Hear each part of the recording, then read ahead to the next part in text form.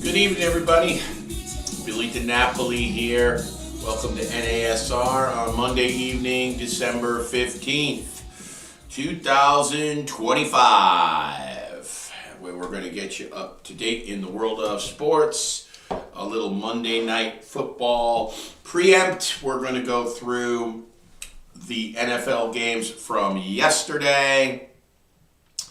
And there's a lot to go over. There was some heartbreaking injuries yesterday in the NFL for some of, especially you Kansas City Chiefs fans who pretty much watched the end of the Kansas City Chiefs run as we have come to know it.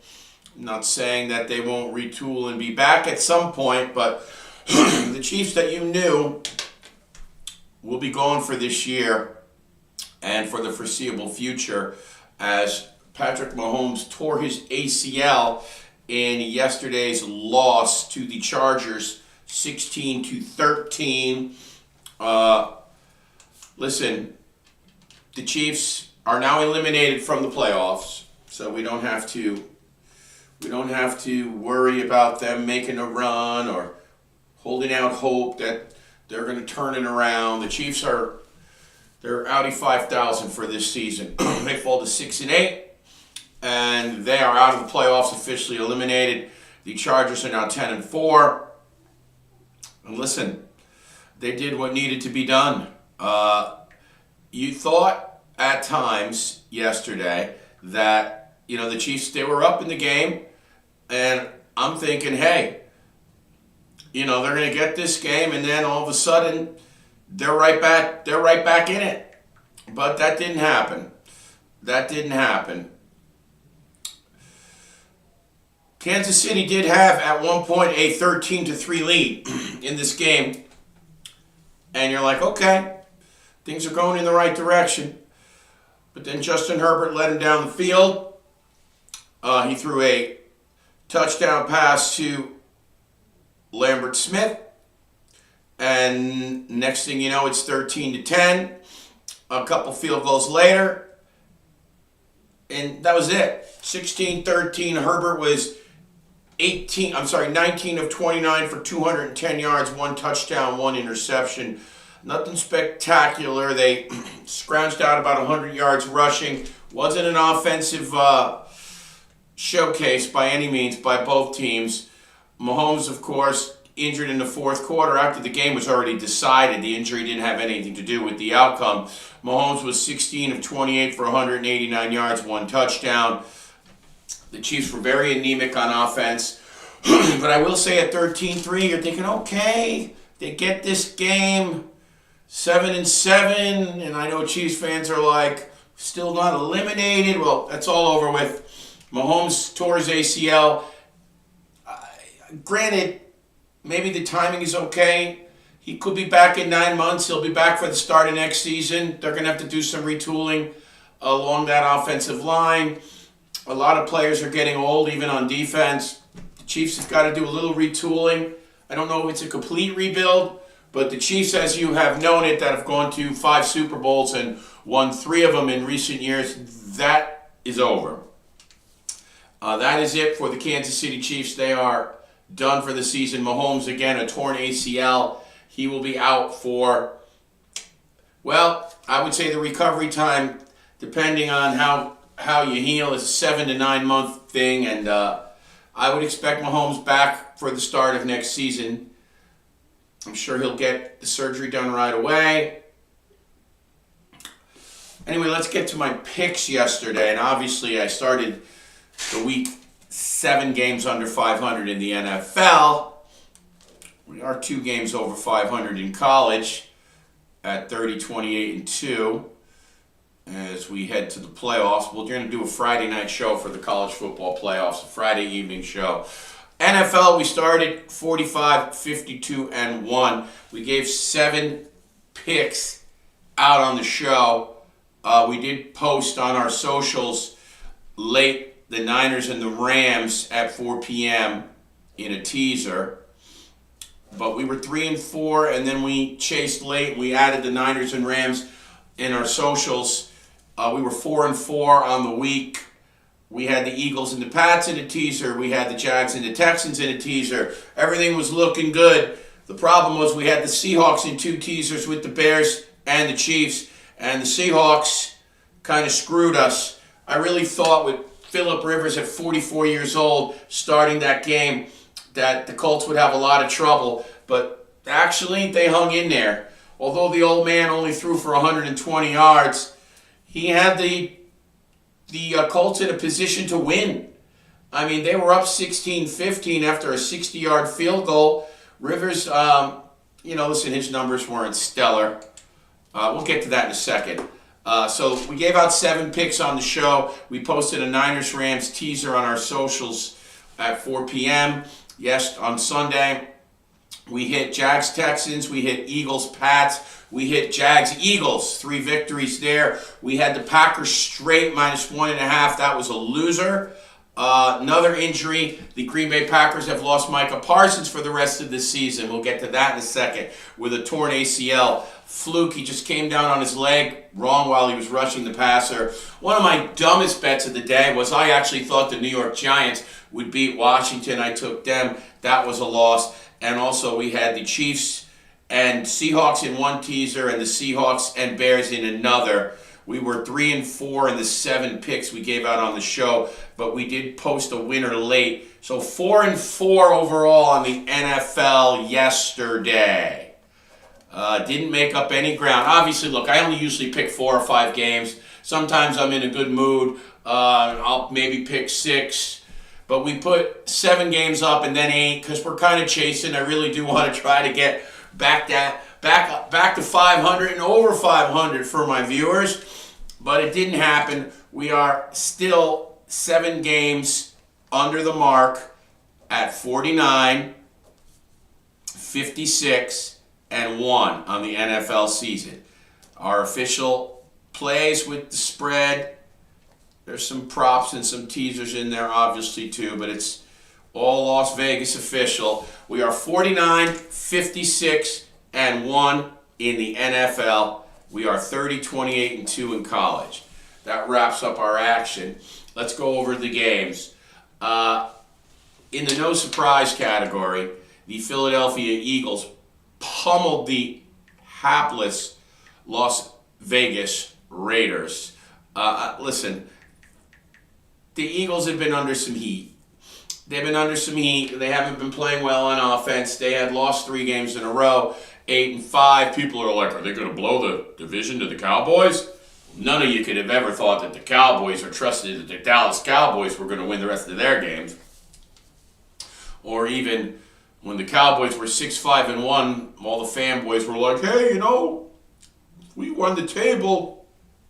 Or even if the Cowboys go 4-1 in their last 5 games, no way I thought the Cowboys were running the table, and 4-1 was a stretch, but as we saw last night, that didn't happen. We'll also get to that in a minute.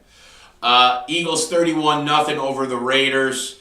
Obviously, Geno's out, not that it matters. Kenny Pickett started. He was terrible. 15 of 25, 64 yards.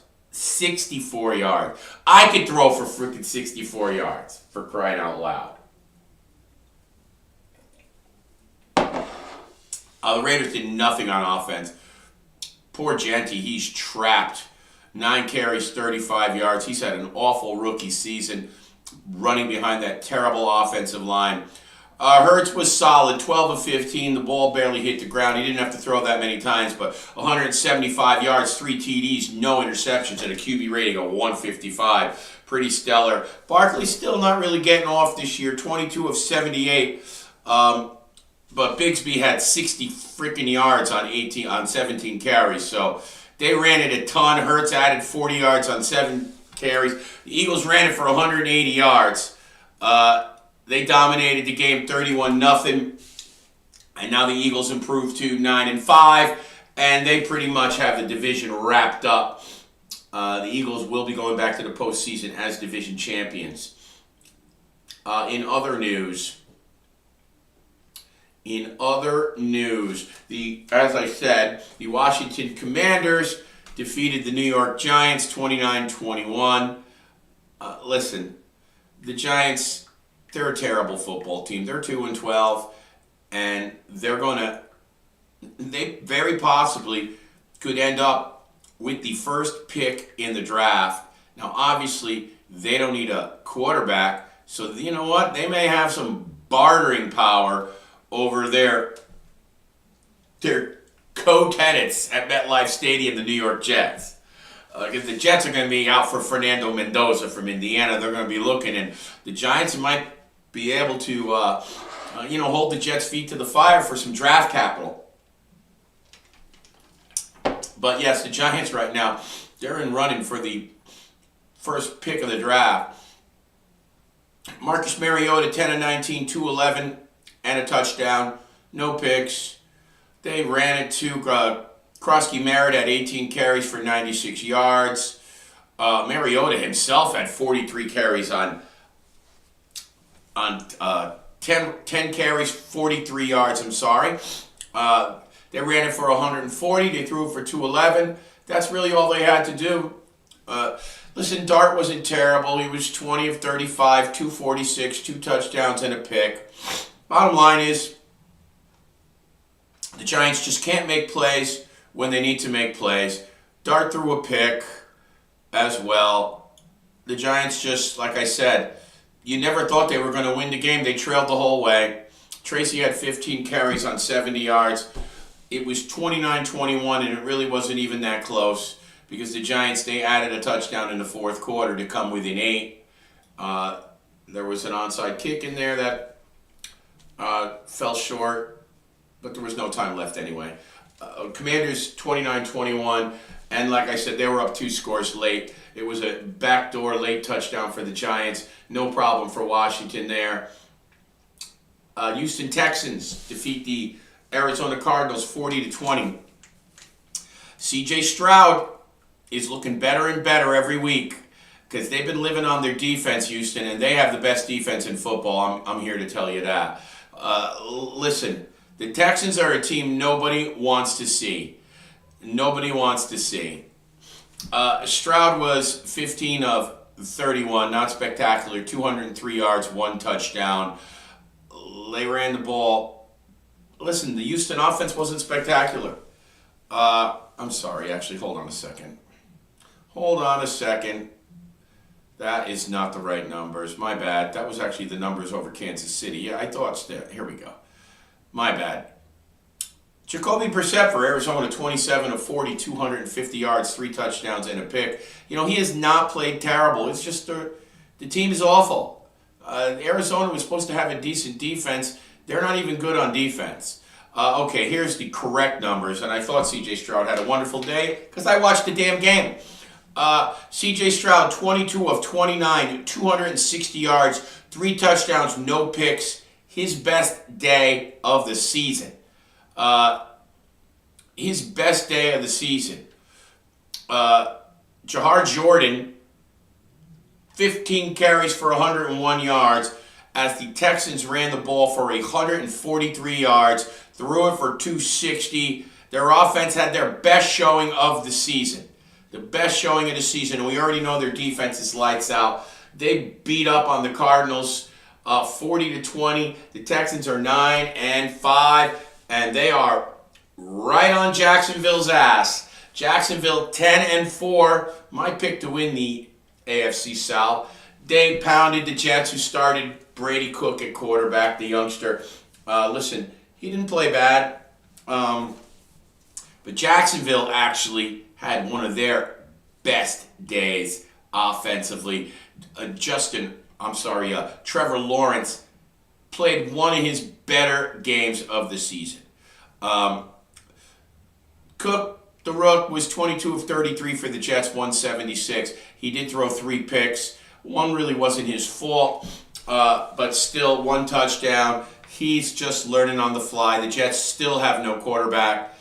Disappointing for the Jet fans as usual as they fall to 3-11. Trevor Lawrence was hot.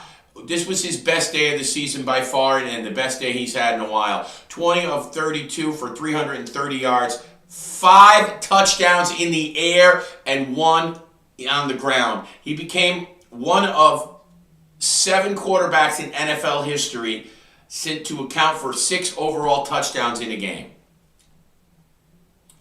Incredible day for Lawrence. ATN was on the receiving end of 3 of those touchdown receptions. Listen, Trevor Lawrence is starting to look like the Trevor Lawrence in his sophomore year where they went to the playoffs, won a game, and then gave the Chiefs a run for their money. Lawrence is having a little bit of a comeback. Now, I'd spoken about the Jags, and I always said, Jesus, doesn't look like they do anything outstanding. But you know what? They're starting to run the ball a little better with ATN. And now that they grabbed Jacoby Myers at wide receiver, between him and Thomas, they're starting to get some more playmaking ability on the outside. As they grabbed Myers from the Raiders at the trade deadline. The Jaguars have a solid defense, and they're a solid team. Something to look out for is the battle in the AFC South to see who comes on top of that division. The Jaguars, who are 10-4 now, or the 9-5 Houston Texans. So Jags 48, Jets 20, Jags 10-4 now. Ravens over the Bengals 24-0. Listen, it was a rough weather day, and I know the Bengals are a struggling football team, but anytime you hold an NFL football team to 0 points, you did a good job. You did a good job. Lamar Jackson only had to throw the ball 12 times, but he was 8 of 12 for 150 and 2 touchdowns. Henry returned to the Derrick Henry we've been waiting for. 12 carries for 100 yards. Mitchell actually had 8 carries for 66 yards. Jackson, 2 carries for 26 yards. I mean, they ran the ball for nearly 200 yards, dominated the game. They had a pick 6. Their defense harassed Joe Burrow. Burrow had a rough day. 25 of 39, 225, 2 picks, including that pick 6 I just mentioned. Jamar Chase was the bright spot, 10 catches for 132 yards for Cincinnati. The Ravens now 7-7, giving themselves some hope, and they'll be closely watching the Pittsburgh Steelers Monday night matchup where the Steelers host the Miami Dolphins tonight. We'll get to that in a second. Again, we told you about the Seahawks defeating the Colts 18-16. The Seattle Seahawks kicking 6 field goals. Listen, Phillip Rivers, he did what he could. Could he have been worse than, what they could have thrown out there? I don't know. I mean, obviously, Daniel Jones going down with the Achilles, that was rough. That was rough for the Colts.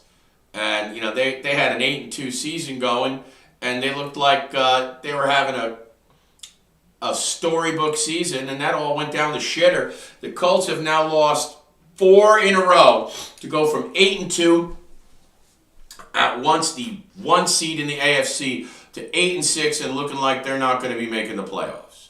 Obviously, they probably would have been starting Riley Leonard, their youngster from Notre Dame, but he was out hurt. I don't really know if Phillip Rivers, who looked like he had a dad bod. I mean, he was kind of out of shape looking. I mean, he didn't play terribly, 18 of 27 for 120 yards, 1 touchdown, 1 interception, but not a stellar offensive output. Even Jonathan Taylor only averaged 3.5 yards a carry, 25 carries for 87 yards. They rushed it for 100 yards. They threw for 120. A pretty anemic offensive day for the Colts, but their defense kept them in it. And after a 60-yard field goal, they were up 16-15. Darnold drives the Seahawks down in the closing seconds as their kicker booted a 52-yarder to win the game. Now, I'm going to say one thing. Darnold, 22 of 36, 271, no touchdowns, no interceptions. Those aren't bad numbers. The Seahawks struggled. They only ran the ball for 53 yards, okay? Jackson Smith and Jigba, 7 for 113, was the star for the Seahawks. I'm going to say this, okay? I know that the Seahawks are 11-3, and they're still tied for first, even though they lost head-to-head, so the Rams are in first place, and that matchup is coming up this week on Thursday night for the division. But I'm going to tell you, Sam Darnold the last 4 weeks has not looked great to me. Obviously, he had the nightmarish 4-interception game against the Rams. then they bounced back and they beat his old team with ease. But when they beat the Vikings, Sam looked very nervous and tight, like it was a very big game to him the first half. He didn't play great in the Viking game, even though they dominated. He didn't play great last week. He didn't look great this week. His numbers say that he played good. They're not scoring touchdowns. He's missing guys. The stats don't look as bad, but I have not, since the 4-interception game against the Rams, I have not seen Sam Darnold look comfortable. He is, I don't know, the bloom's coming off the Sam Darnold rose a little for me. I think the last 4 weeks, he's kind of regressed a little bit. It's something to keep an eye on. I know the Seahawks have a very talented football team on both sides of the ball. They have a really good defense. They've got a good offensive line. They've got probably the best wide receiver in the league in Jigba. But I'm going to tell you what, I still don't trust Sam Darnold. And like we saw Daniel Jones fade before his injury, Daniel Jones didn't play good for about 3 straight games before he blew his Achilles out and went out for the season. He was fading. Now, I'm not saying that Darnold isn't better than Jones. He is, but I'm kind of starting to see his play slip a bit. It's something to keep an eye on. And listen, like last year, he had a stellar regular season. Do you trust this guy in a big game when the heat gets turned up a little? And when the heat got turned up, he threw 4 picks against the Rams. Now, his numbers are still good. He didn't play great against the Vikings. But, he bounced back and he's gotten wins every week since the Ram loss. But they've been doing it with their defense. I mean, they didn't even score an offensive touchdown. They had to settle for 6 field goals this week. I've seen him missing guys. I've seen them not cashing in on their opportunities like they were the first, let's say like they were the first 9-10 weeks of the season. They looked way better on offense than they've looked the last 4 weeks. Just something I've noticed, something to keep an eye on. Seahawks over Colts, 18-16. All right, one of the games of the day, the Rams defeated the Lions 41-34, in which was an offensive show put on by both teams, to be honest with you. And listen, the Lions they're dropping out of the playoff race. At 8-6, a wild card's going to be tough for them.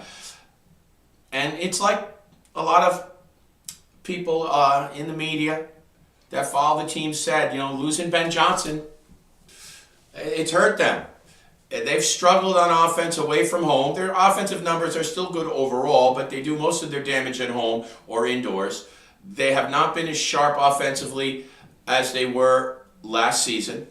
Of course, their defense is worse than it was last season, and they're coming up short, even though they could still put up some offensive fireworks. Goff, 25 of 41, 338, and 3 touchdowns. A great day by him. They didn't run the ball for a shit. 13 of 38 for Gibbs and 7 for 32 from Montgomery. That's also, though, because they were trailing a lot in the game. St. Brown, 164 yards, and Jameson Williams had 7 catches for 134. St. Brown had 13 catches for 164 yards. They couldn't run the ball, but through the air they were still a show. But they were really no match for the Rams. Matthew Stafford, 24 of 38, 368 yards, 2 touchdowns, 1 pick. He continues to have just a great season. And now they have a 2-headed rushing machine in Kyren Williams and Blake Corum. Williams had 78 yards on 15 carries, and Corum had 71 yards on 11 carries. If you're going to be running the ball for 100 they had 159 yards rushing. If you're going to be doing that with that passing game, I said at the beginning of the season, they're my pick to go to the Super Bowl. I believe the Los Angeles Rams are the best team in football. Puka Nacua, 9 catches for 181 yards. Devontae Adams, 4 for 71.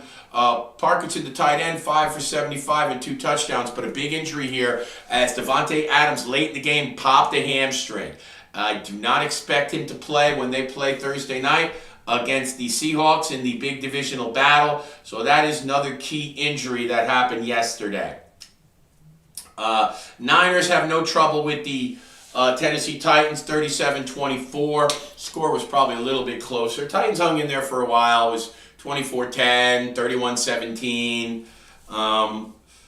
Listen, the Titans have played a little better the last couple of weeks, but like I said, the Niners had no problem, and now listen, the Niners are dangerous. Right now, I know they're behind Seattle and the Rams, so right now they're just on the outside looking in. They're 10-4, and they're going to be a hard out with all the defensive injuries they sustained this year with Warner and Bosa, but yet still in the league, they're like top 5 in most categories defensively, and Robert Saleh has just got to get a lot of credit. For the Titans, Pollard had another good game, 14 for 104, so they ran the ball well. The Titans ran the ball for 140 yards. Cam Ward, 18 of 29, 170 yards. Nothing spectacular, efficient. He did throw 2 touchdowns. He did not turn the ball over. The Niners were just too much for them. Another great day for Brock Purdy. He was real sharp. 23 of 30, 295, 3 touchdowns, no picks. McCaffrey added 73 yards on the ground. Ricky Pearsall, 6 catches for 96 yards. Kittle had 6 for 88 and a touchdown. Juwan Jennings caught 2 touchdowns, 3 catches for 38 yards. And the Niners had no problem with the Titans, 37-24. In another one of the marquee games, other than the Ram-Lion game, we have 2 more to get to. The Patriots and the Buffalo Bills. Now, this game, if you're a Patriot fan, was a punch to the groin. You're watching this game, and you're like, oh my God, the Patriots are going to blow them out. They're up 21-0. And then they're up 24-7 in half. They scored on 4 of their first 5 possessions. And you're thinking, wow, this is it. The division's over. Give it to the Patriots. But then, I often criticize Sean McDermott. And I will say, at halftime, they mixed their blitz packages up. They brought more heat at May. And listen, they dominated the second half. Allen's numbers were not outstanding, 19 of 28, 193. But listen, they didn't blow off the charts, but actually I think they were pretty outstanding. Because 19 of 28, 193, 3 touchdowns through the air, no picks. The snow was coming down part of the day, but they ran the ball. Allen had 49 yards on 11 carries, and James Cook, 22 carries for 107 yards. They ran the ball for 168 yards, and they did a lot of that in the second half. Listen, they took the lead. They're down 24-7, and they come all the way back. And at one point, the Bills are up. The Bills are up 28-24. And then the Patriots actually come back and take the lead. And you're like, oh my God. Travion Henderson has a 65-yard carry, breaks it on another one of those Bills blitzes I was just telling you about. And you say, wow, the Patriots, after blowing the lead, they've answered back. Now they're up 31-28. Maybe they can hold on. There's about 7 minutes left in the game. But you know what? The Bills marched right back down. I have to say, the Patriot defense, they didn't look like the Patriot defense. In the second half, they looked like one of the worst defenses in football. I don't understand how the switch flipped like that. They couldn't stop them in the second half. And after taking the lead, the Patriot defense then did relinquish it and give it up. And that was it. Drake May was stifled in the second half. Overall, 14 of 23 for 155 yards. No touchdowns and 1 pick. They ran the ball like crazy. 4 rushing May did have 4 carries for 43 yards and 2 rushing touchdowns. So he did account for 200 yards of total offense and 2 touchdowns on the ground. Although none in the air. They had 4 rushing touchdowns, and like I said, if the Bills ran it for 168, well, listen to this. The Patriots ran it for 243 yards. That's what I talk. That's why the Bills, to me, their defense is suspect. And although I picked the Bills to go to the Super Bowl, I do not believe that anymore. I think if they meet up again, I still think that New England's better, and I think that Denver's the best team in the AFC. Bills just don't have enough defense. you're not gonna win too many Super Bowls giving up 250 yards rushing against playoff caliber teams. So, but yes, the Bills did come back, win the game. The Patriots could not stop them when they had claimed the lead back in the fourth quarter. Allen leads him down the field. Allen leads him down the field on the game-winning drive, and it was a touchdown pass to Knox, I believe, which was the final nail in the coffin. And was it Knox? It was either Knox or Cook. But either way, Allen leads him down. They get the ball back with 7 minutes left. And Allen leads him down. Patriots can't hold him. And that's how the game ends. Patriots get the ball back with hardly any time left. And they can't do anything with it. And the Bills defeat the Patriots 35-31. Now the Patriots are 11-3. The Bills are 10-4. Just want to check one thing for you. It's bothering me. I got to get this right.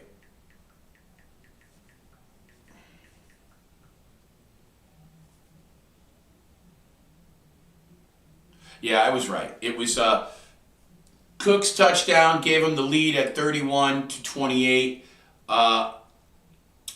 I'm sorry, Cook's rushing touchdown gave them the lead at 28-24. Then Henderson ripped off a 65-yard run on the Pats' next possession, and they took the lead 31-28 with 7 minutes to go, and Allen takes him down the field, throws a touchdown pass to his tight end, Dawson Knox, and that was the game winner. Dawson Knox got the game winner in the Bills game. The Patriots got the ball back with not much time left. They couldn't do nothing with it, and the finals 35-31. Listen, people get on the Patriots because they have an easy schedule. They really only have one solid win. You could say two, because when they beat the Buccaneers, the Bucs were playing great, and they beat the Bills. And this game was anybody's game, although the way the Patriot defense fell apart in the second half was concerning. And when they really turned up the heat and they mixed up the blitz packages, but they sent a lot of them at Drake May, and he kind of got a little conservative, a little too careful.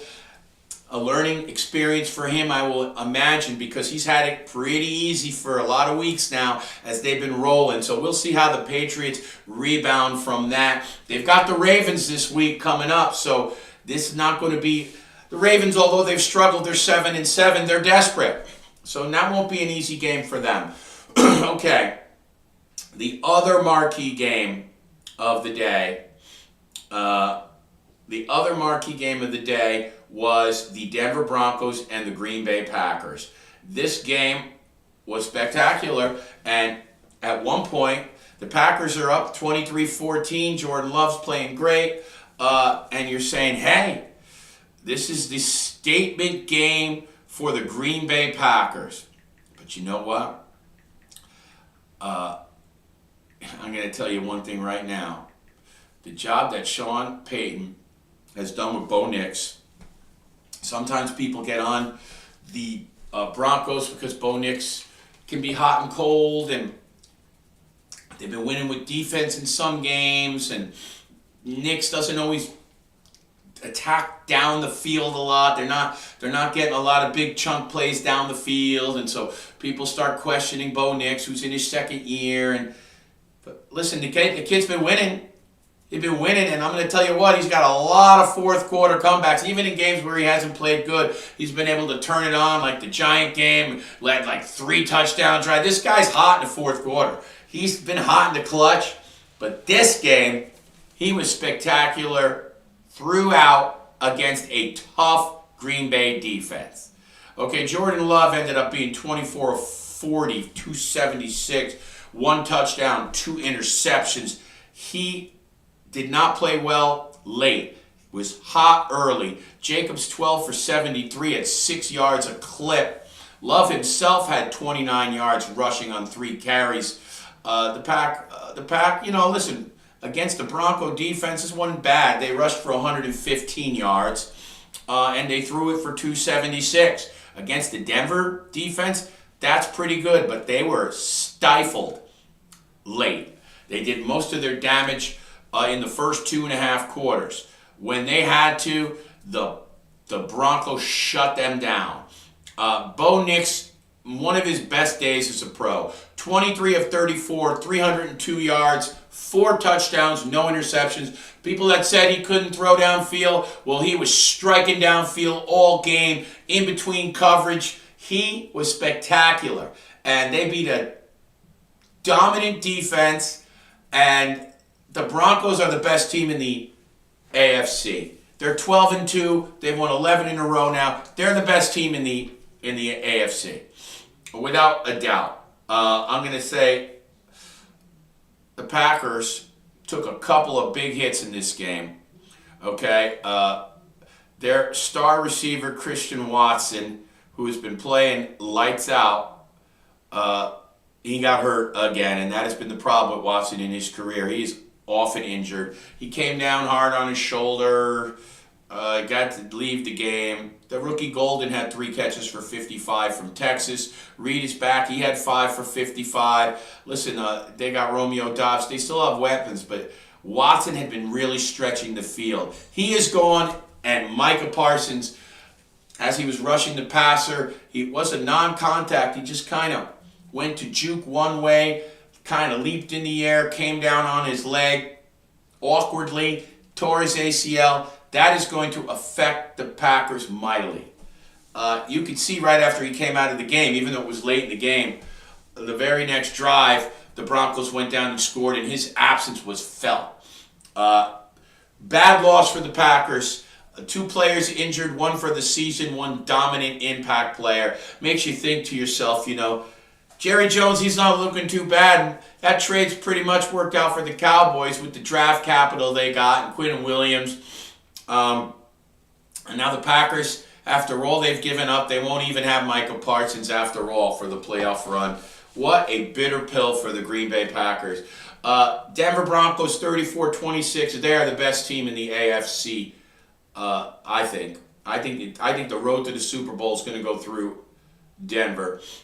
In other news, the Carolina Panthers, who had first place in the NFC South to themselves after the Bucks blew that 4th quarter lead the other night against Atlanta. Well, they can't stand prosperity. And like I tell you, Bryce Young is not that good. Okay? He's hot, cold, hot, cold. I'm sorry. I'm not getting behind midget quarterbacks that are 5'9". I don't like Kyler Murray, and I don't like him. And I think I've been proven right with one of them. I'm going to be proven right with the other. So the Saints have now swept the Panthers. Okay? Swept. You don't deserve to win the division if you're getting swept by the New Orleans Saints. The Saints are 4-10. The Panthers fall to 7-7. And with that, the Buccaneers are in first place, in charge of their own destiny because they have the tie break. I haven't looked ahead in the schedule. I don't know if they play again, but we know that there's 3 games left, and if the Buccaneers win them, if both teams win all 3 games, actually I can check the schedule for you. If both teams were to win all their games, the Buccaneers would have the tiebreaker. Let's see the Buccaneers' schedule the rest of the way. Yes, they do play, so it could be decided on the field. Wait a second.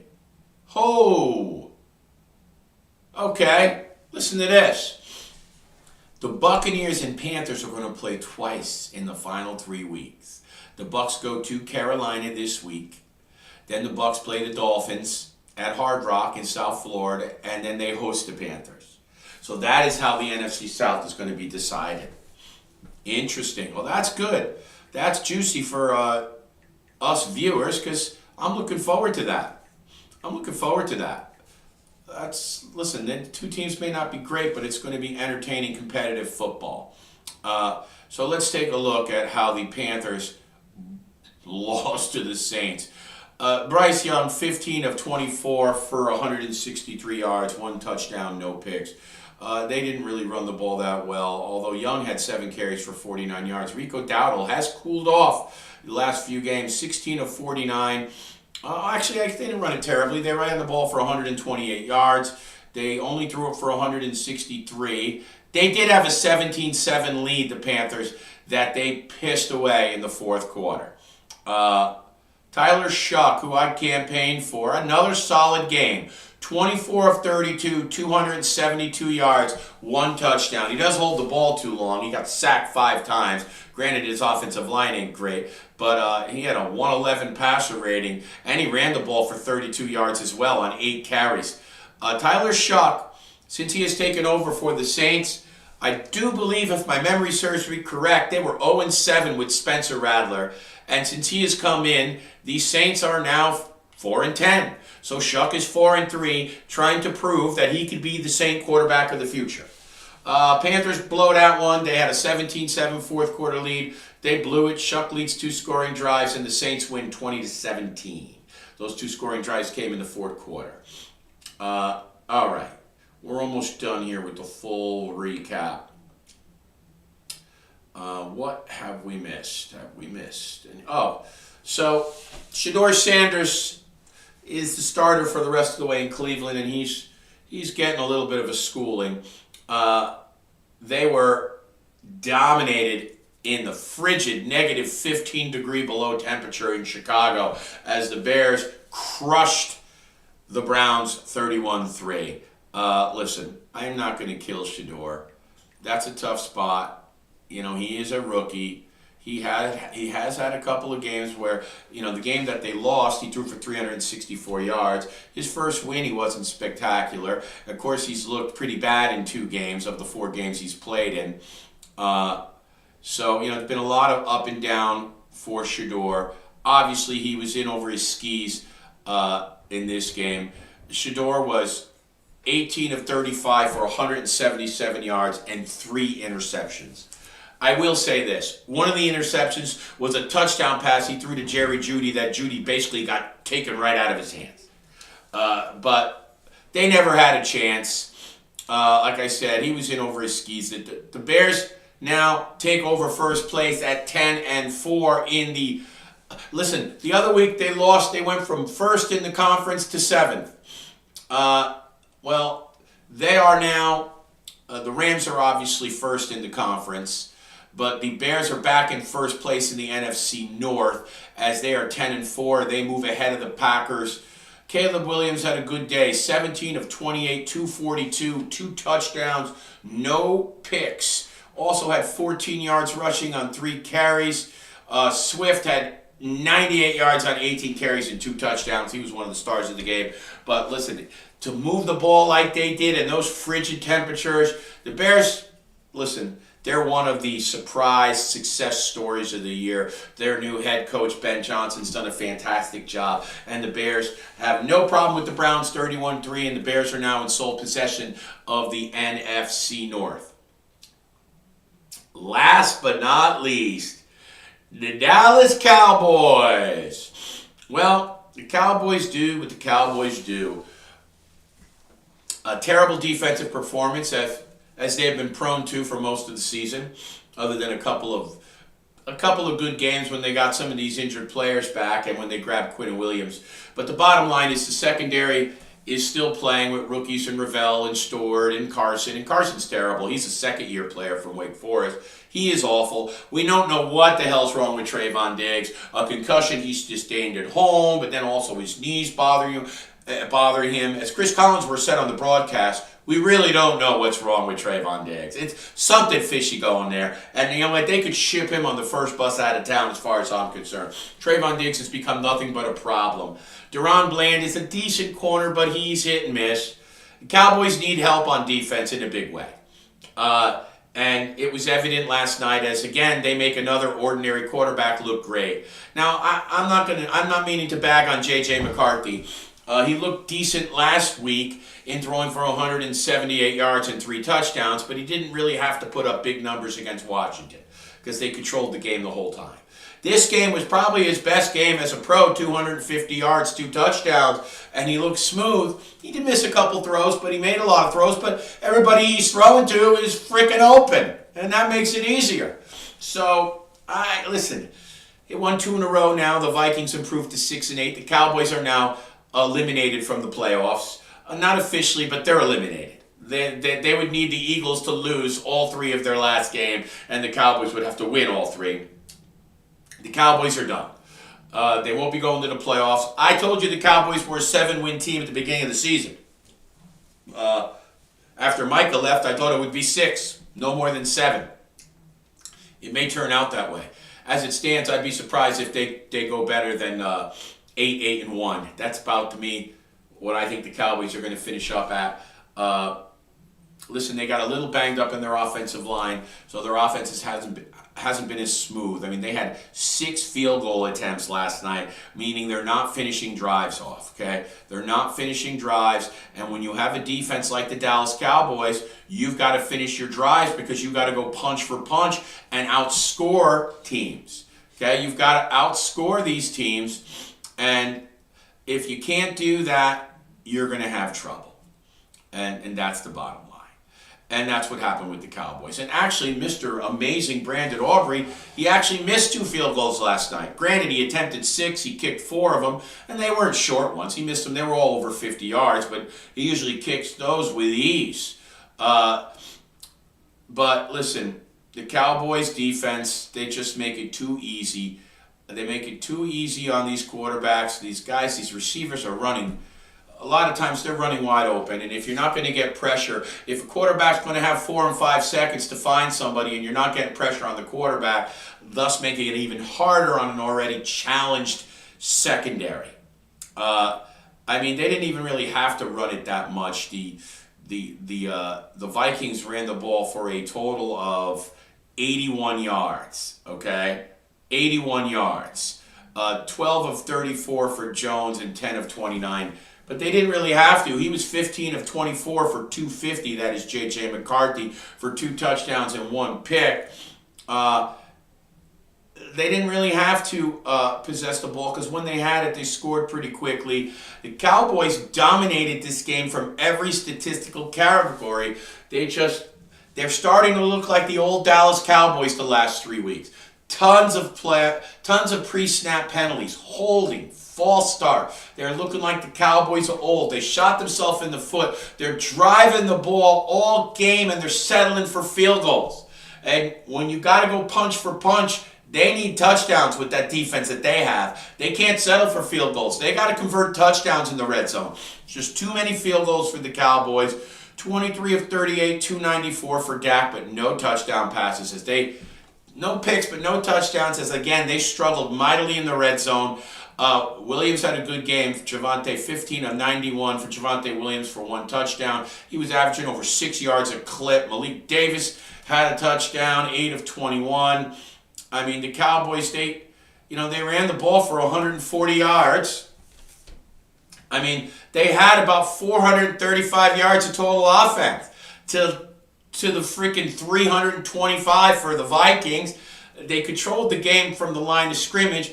Their offensive line's been banged up. Lots of penalties, pre-snap, and lots of failed red zone opportunities, settled for too many field goal attempts, and their defense can't get stops when they need it. No way you can rely on that defense. So the Cowboys lose 34-26, thus ending their season. The Minnesota Vikings, who are already playing for next year, their main objective is to find out if J.J. McCarthy is their guy. That's the main objective for them. Well, that does it. That does it, guys. Tonight, we'll get to tonight. Tonight, the Miami Dolphins travel to Pittsburgh. It's going to be freezing cold. I know they played a cold weather game in beating the Jets last week, but it was more like 35 degrees, not 20. You know the Dolphins' record when the temperatures dip below freezing.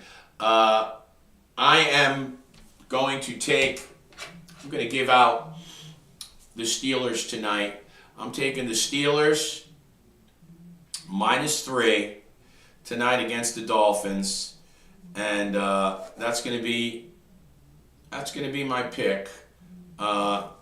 Steelers -3. I'm taking them tonight. We are 4-4 on the week thus far. We're going to give out a 9th pick to see if we can maybe have a winning week before our week in the NFL starts on Thursday. We do Thursday, we do to Sunday, we do to Monday. Thursday, Sunday, Monday games. That's the official betting week for the NFL. So it ends tonight with the Steelers, who are 3-point favorites at home over the Dolphins. The Dolphins have been playing better. They're 6-7. They've won 5 out of 6. The Steelers are 7-6, needing to win to stay ahead of the Baltimore Ravens, who are right behind them in the NFC North. The Steelers at 7-6 and the Ravens at 7-7. So that is what we're looking at tonight. I would go with the Steelers. I would even take the Steelers money line. You can do either or. The money line's only 170 if you're afraid to lay the field goal, but I am going to take Pittsburgh -3, and that'll be my one pick for tonight. My ninth and final pick for the week. 4-4 thus far in the NFL. That's how we're going to wrap it tonight. No notable injuries tonight. You guys already know, Tyreek Hill's not on the Dolphins anymore with his knee injury. And the Steelers have Rodgers and DK Metcalf and all the usual suspects. So there's no notable major injuries here. In tonight's game, obviously the Dolphins are still a long shot to make the playoffs, but not mathematically eliminated, not like the Kansas City Chiefs are. And the Steelers are still fighting for a divisional title. So I'm going to say the Steelers at home in the cold weather. We're going to go with that. I would really be impressed if the Dolphins come out and win a game. And when's the last time the Miami Dolphins have won a game where the temperature was below freezing? Does anybody know? I don't. I don't. It hasn't happened often. You know what? I am sure if we ask Google or AI, they might know. I wonder if any of you listeners who want to message me, or you can message us on the chat, you can message us on, you know what? You can message us on the Facebook Live. Don't forget to please subscribe to the North American Sports Report on YouTube, on our beloved YouTube channel. Also, please follow Billy DiNapoli on Instagram and Facebook, as we also stream live from Facebook and then repost on Instagram. Please like the North American Sports Report Facebook page. We do post the show on there. It is live on Billy DiNapoli, and then it is reposted on Instagram and our North American Sports Report Facebook page. So please like and follow, and of course, please always subscribe to our YouTube channel. You can scan that QR code on the bottom. You can also donate on Cash App and Venmo to help us keep the show going. You can scan that QR code for that as well. Anyway, we appreciate it. You guys have really been coming out for the show. We had 1,500 viewers on Saturday for just a quick short that we did, where we gave out the winner to the Navy. We gave out the Navy Army Navy winner. You guys' support has been appreciated. All right, what did we want to know? When is the last time the Miami Dolphins won a cold weather game? Well, not a cold weather game, but a game under freezing. When is the last time the Miami Dolphins won a game in freezing temperatures? How's that? Let's see if they have it.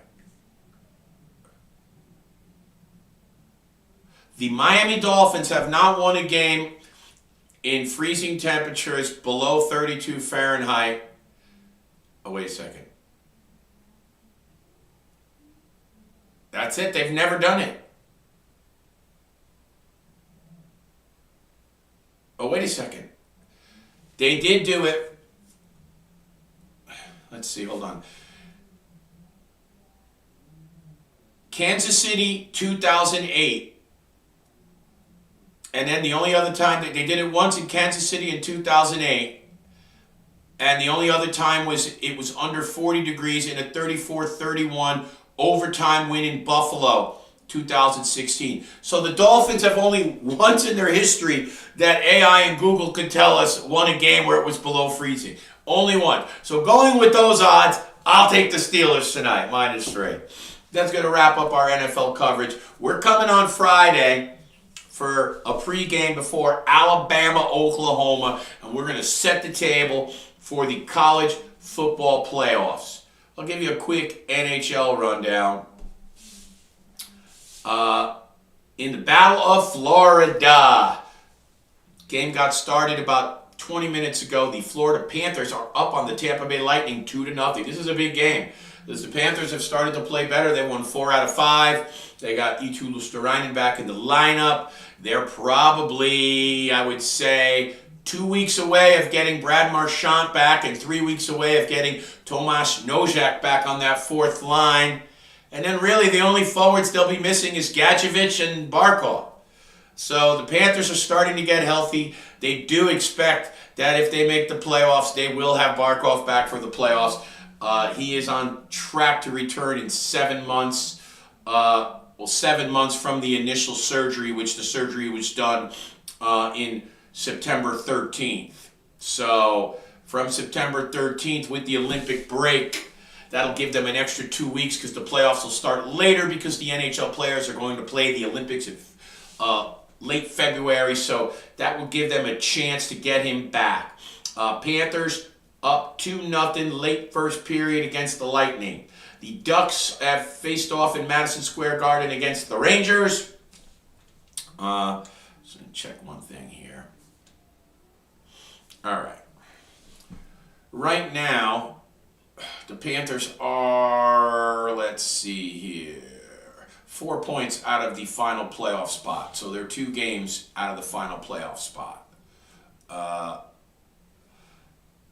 Shout out to the New York Islanders. The New York Islanders are 19-11-3, 3 points behind the first place Carolina Hurricanes in the Metropolitan Division at 21-9-2 are the Hurricanes. The Islanders at 19-11-3.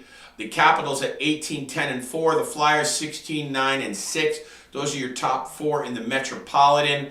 Obviously, the Penguins have cooled off a bit. 14-8-9. Still a good start for a team that was supposed to be rebuilding, but they've dropped off a bit. And since the Jack Hughes injury, the Devils have fallen off. Now Timo Meier is out with a family illness issue. The Rangers are still near the bottom, 16-3-4. But listen, there's only 4 points separating the bottom from almost near the top right now, so it's pretty tight. Blue Jackets in the cellar. In the Atlantic, the Lightning are 18-11-3, tied with the Red Wings, 18-12-3. The Lightning had a slow start this year. Then they got really hot. Then all of a sudden they lost 3 games to the New York Islanders in like 10 days. They just couldn't beat the New York Islanders. The Canadiens are in third at 17-11-4. Only 1 point out, though. Montreal's had a good start to the season, although they just blew a game to the Rangers the other night where they led 4-2. The Canadiens don't have great goaltending and they don't play good defense. I mean, they got Hudson and Dobson, and they made that big move to get Dobson. Their defense is still shoddy. Hudson's a stud, but other than that, so yes, big surprise, I would say, so far in the season is the New York Islanders. 19-11-3 with a young team with exciting Matthew Schaefer, second-year kid, the Swede, Emil Heineman. These two have really injected life into the team. Sorokin is playing great again.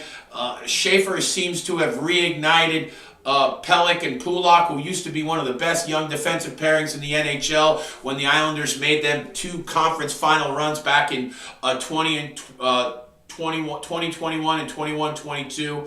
But let's face it, they're now 31 and 32 years old. They're not 20-something-year-old kids anymore. But they have reignited their game since Schaefer has arrived on the island. And listen, Shabanov from the KHL, another good addition that they grabbed. Listen, all it takes is you weed out some of the... 2 years ago, they get rid of Josh Bailey. Then, Clutterbuck and Matt Martin, the old guys, they retire. You need to clear out and you need to get younger guys in there. And then, Palmieri goes down. He's an older guy too. Now the only guy left on the only veteran, it seems, other than Barzell, who's reborn now that he's healthy, is Anders Lee is the oldest, slowest guy on the team, but yet he still finds ways to score those garbage goals around the net. But Matty Barzell is back to top form, and the young guys, the young additions have added juice. The Shabanov from the KHL, Schaefer, Heineman, these three kids coming into the lineup, they've added a lot of juice to the Islanders, and they are one of the surprises of the league. All right, so Panthers over the Lightning 2-0. Rangers and the Ducks, no score in the first. Sens and the Jets from Winnipeg at 7:30. Preds are at St. Louis at 8 o'clock. The Los Angeles Kings at the very talented Dallas Stars. That's also at 8 o'clock. That is it for your schedule there in the NHL. We already gave you the Eastern standings. Right now, playoffs started today. You'd have Lightning, Red Wings, Canadiens, Hurricanes, Islanders, Capitals, and your wild cards would be the Bruins and the Flyers. That was how it would look. But lots of teams are close. Panthers are 4 points out. There are lots of teams that are breathing right behind. The Flyers are Lightning, Red Wings, Canadiens, Hurricanes, Islanders, Capitals, and it would be the Bruins and the Flyers would be the wild cards right now. But literally, the Penguins are 1 point out, the Devils are 1 point out, the Panthers are 4 points out.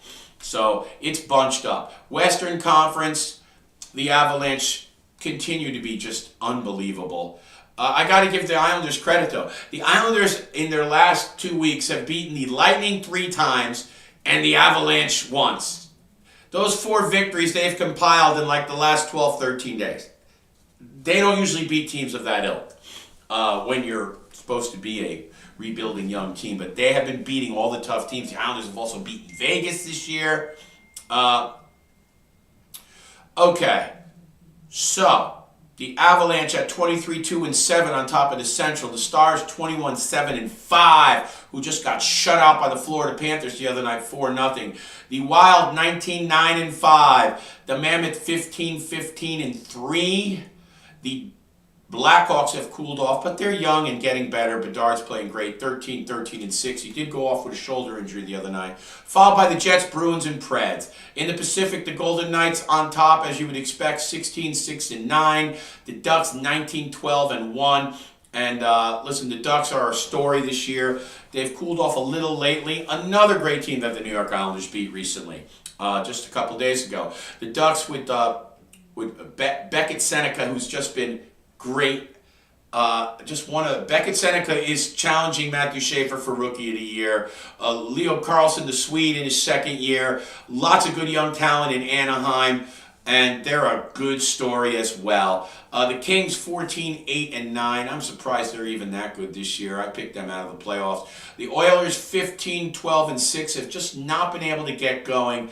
Followed by a much improved Sharks team with Max Pellegrini and Will Smith. 16-14-3, and then the Kraken, Flames, and Canuck round out the bottom. Obviously, you know that Quinn Hughes was traded to the Minnesota Wild in a blockbuster deal. He wanted to go to the Devils to play with his brother, but it didn't shake out. So if the playoffs started today in the West, you'd have the Avalanche, Stars, Wild, Knights, Golden Knights of Vegas, the Ducks and Kings, and your wild cards would be the Mammoth and the Edmonton Oilers. That's where we stand. That's where we stand. We covered all the NFL. We gave you a nice little NHL update. And I'm going to get out of here. I know I haven't really touched a lot on the NBA. I'll be honest with you. I'm not a big NBA fan. I don't like the way the game is played that much. We will cover it, and we have covered it. I know that stupid freaking cup they play, that inter-season tournament for some type of championship, which, look, they're trying to capture some of that college basketball smoke, but it's stupid. If you're interested, the New York Knicks have made it to that NBA Cup Finals where they will face off against the San Antonio Spurs. And that's about it, guys. That's what I got for you tonight. I'm out of here. I appreciate you guys. You guys have a great night. I'm going to do some rocking and rolling as I zip out of here. But I love you guys. We'll see you Friday evening before Oklahoma, Alabama, and we'll get you ready for the college football playoffs. My name is Billy DiNapoli. I'm out of here. Till we meet again. Have a good night.